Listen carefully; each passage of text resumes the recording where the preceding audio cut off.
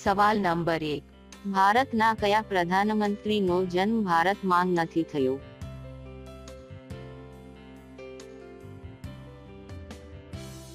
જવાબ છે મનમોહન સિંહ. સવાલ નંબર 2, મહિન્દ્રા કયા દેશની કંપની છે?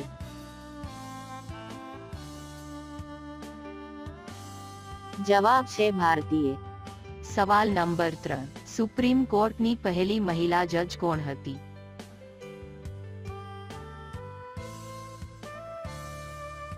જવાબ છે ફાતિમા બીવી. સવાલ નંબર 4, સૌથી વધારે ભૂકંપ કયા દેશમાં આવે છે?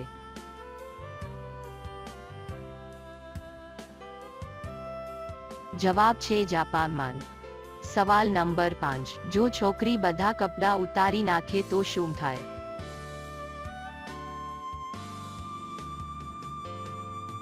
જવાબ છે દોરી ખાલી થઈ જાય.